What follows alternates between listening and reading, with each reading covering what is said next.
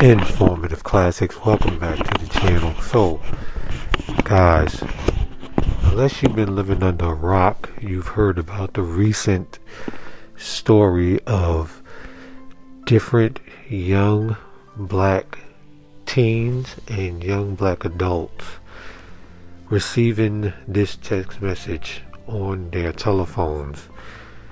The text message read, "Good afternoon. You have been recruited to pick cotton." They didn't even spell cotton right.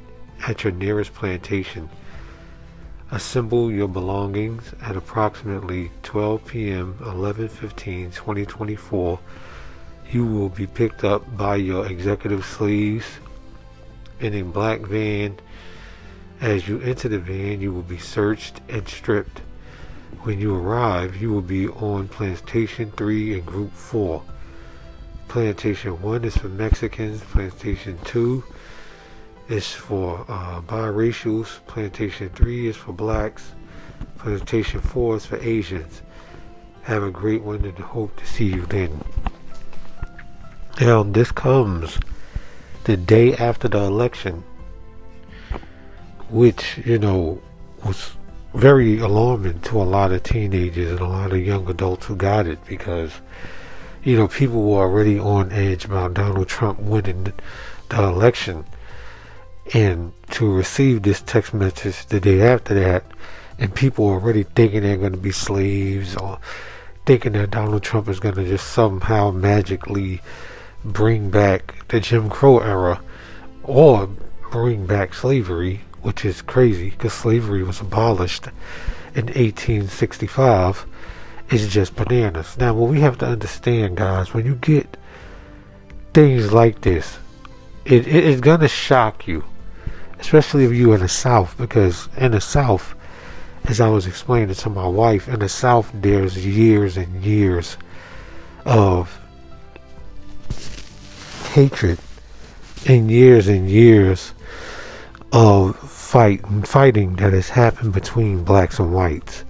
So because of the history in the South and slavery and plantations, these text messages being sent out to different southern states is going to cause more problems than if they sent it to people up north, where I'm from. We wouldn't respond to this because there are not many plantations up north, if any at all. So sending it to adults and young adults and teenagers up there, they would more likely look at it and be like, "What the hell are they talking about?" Whereas down here, where there are plantations and you can see and visit them in the Middle Tennessee area, and places in Georgia, and places in Kentucky, you can visit these plantations, you're more likely to get more of a rise out of people because they can literally be taken to one and driven there. So, but without thinking that slavery was abolished, it slips me which amendment abolished slavery in 1865, but you cannot take away an amendment and then automatically bring slavery back. And if someone was to pull up at your house in a black van, in a lot of these southern states where you have stand your ground laws, you can shoot them when they come on your property. But young people are not going to think that clearly, especially when they're wondering, how did this person get my number? So there's an app called Text Talk. People were using the Text Talk app to send out text messages to different people. Now, the news coverage that I saw about the story, someone was connected and just picked up the phone and said it was a prank and hung up.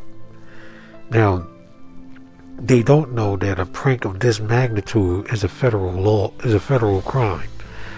So they're probably going to change their numbers and IP address and all types of things by now, because they're not smart enough to know, hey, if we were able to find you, we're able to find out where you live at. So next time, before anybody thinks of doing something this stupid, they may want to understand that you can't beat technology. You can't beat technology. There's a lot of people who think that they can beat technology, and they fail all the time. All the time. You commit a crime and you text somebody about something, your text messages can be tracked, even if you block them. If you do something on Instagram or any of the social media websites and you try to delete the messages, they can pull those messages back up. There is a digital blueprint of everything you do when you're doing it through technology. So don't think that you're getting away with anything. But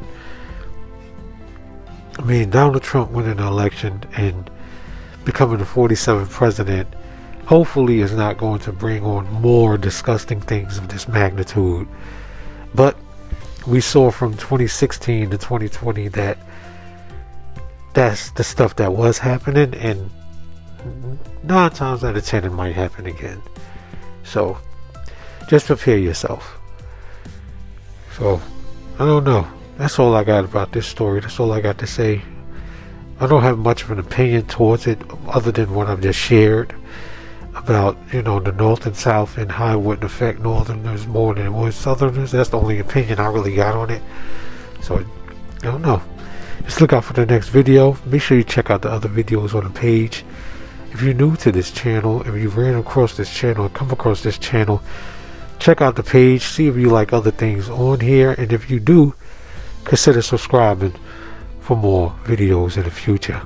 And make sure you click the notification bell and hit all so that you get all notifications when I make new content. I will catch you guys in the next one. Informative Classics.